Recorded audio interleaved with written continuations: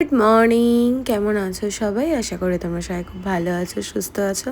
আমরাও ভালো আছি, সুস্থ আছি। ঘুম থেকে উঠে আমি আর সিন্টি তো ফ্রেশ হয়ে গেছে। সিন্টি দেখো পাগলের মতো নাচছে, কারণ আর কিছুক্ষণের মধ্যে অতনু চলে আসবে। আমার মা এখনও শুয়ে আছে। আজকে সোমবার, শ্রাবণ মাসের প্রথম সোমবার। তো ইচ্ছে আছে বাড়িতে একটু পুজো করার। আমার বাড়িতে যেহেতু বাবা আছে প্রতিষ্ঠা করা, তো নিজেই পুজো করব। আর চোখ থেকে আমার ঘুমই সরছে না। ফ্রেশ হয়েছি, তারপরও মনে হচ্ছে না একটু ঘুমোলে ভালো হতো।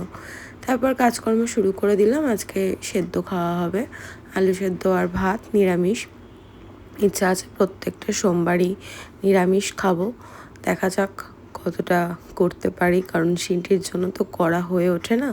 তো চেষ্টা করব, এখনও জানি না। তো মালাদির সঙ্গে কথা বলছিলাম, কথা বলতে বলতে আলুগুলো কেটে নিলাম। আর লঙ্কা ছিল না বাড়িতে, তাই ব্লিঙ্কিট থেকে ফুল লঙ্কা দুটো রিমুভার অর্ডার করলাম। তারপর দেখো অতনু চলে এসছে সুস্থ স্বাভাবিকভাবে। ওর পাও ফোলেনি, কোনো রকম অসুবিধা হয়নি, শুধু সারাদিন ঘুমিয়েছে। এসে ও ফ্রেশ হলো। আর মা এদিকে ছাতু গুলে নিল সিন্টির জন্য, অতনুর জন্য আর নিজের জন্য। আমি আজকে উপোস করে আছি। উপোস ভাঙবো পুজো দেওয়ার পর, ভাত খাবো। ভাত ছাড়া আমি কিছুই ভাবতে পারি না, কারণ উপোস করে অনেকে সাবু খায়, আমার দ্বারা হয় না। তো পায়েস করবো, তার জন্য সব রেডি করে নিয়েছে। আর এদিকে দেখো অতনু ঘুমিয়েও পড়েছে। আর সিন্টি আর মা ড্রয়িং নিয়ে ব্যস্ত। সিন্টি যা যা ড্রয়িং করেছে সেগুলোই মাকে দেখাচ্ছে। গোপুসোনাকে একটা নতুন জামা পরিয়ে দিলাম। আর এখানে মালাদি সমস্ত বাসন ধুয়ে দিয়েছে। কিছু বাসন ভুলে গেছিলাম দিতে, তাই আমাকেই ধুতে হলো।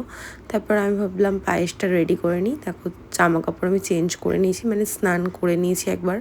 তারপরেই ঠাকুরের জন্য আমি পায়েসটা রেডি করছি। নিজেই করব ভাবলাম, মা ছিল, মা বলছিল তো শরীরটা ভালো না, দিয়ে আমি করে দিই।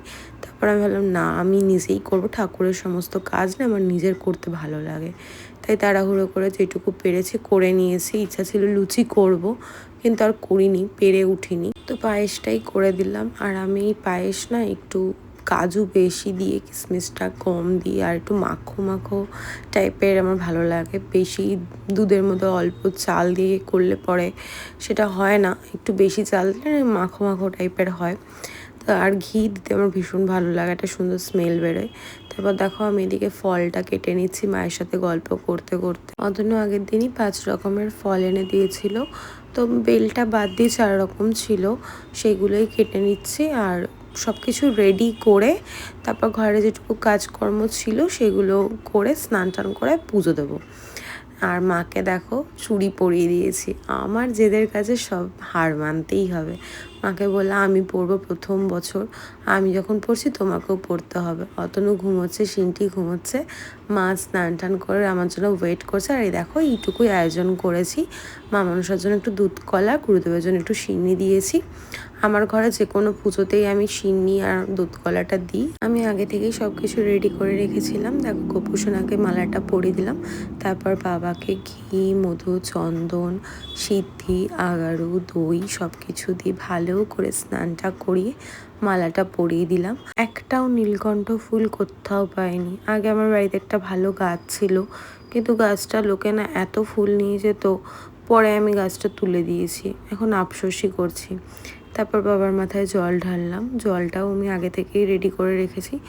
জল ঢালা বলা ভুল হবে, দুধটা দিয়ে ভালো করে আবারও স্নান করে দিলাম। দুধটার মধ্যেও সব কিছু আমি আগে থেকেই মিশিয়ে রেখে দিয়েছিলাম। বেলটা দিয়ে দিলাম বাবাকে।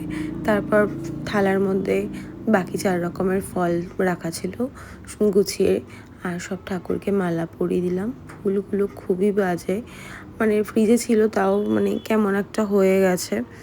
জানি না ক্যামেরায় কতটা বোঝা যাচ্ছে। আর এদিকে দেখো আমার মা পদ্ম ফুলটা ফুটিয়ে দিল। তারপর যে পায়েসটা আমি সকালে রেডি করেছিলাম সেটাই আগে গোপুসোনাকে একটু দিলাম, বাকিটা বাবার সামনে রেখে দিয়েছি। সব ঠাকুরেরই খাওয়া হয়ে যাবে।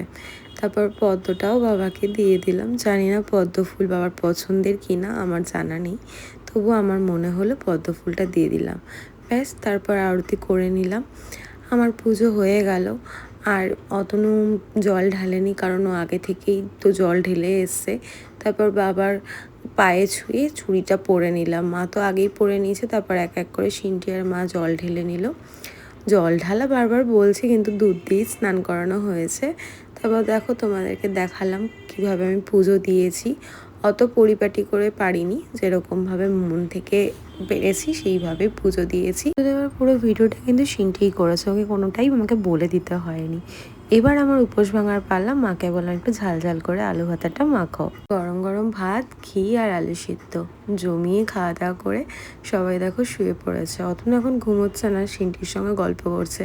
এখন আমি শুয়ে পড়বো, আর ভাল লাগছে না। ঘুম থেকে ওঠার পর মা এক বাটি সাবু মেখে দিল। সাবু মাখাটা জাস্ট দারুণ হয়েছিল, আমি সকালেই ভিজিয়ে রেখেছিলাম। তারপর গল্প করতে করতে রাত হয়ে গেছে, মা বললো ডিনার করে নিতে। রাতে ডিনারে ছিল রুটি আর পায়েস। মা আর সিনটি শুয়ে পড়েছে, অতনুও পাশের ঘরে শুয়ে পড়েছে। আজকের ভিডিওটা এইটুকুই। তোমরা সবাই ভালো থেকো, সুস্থ থেকো, টাটা।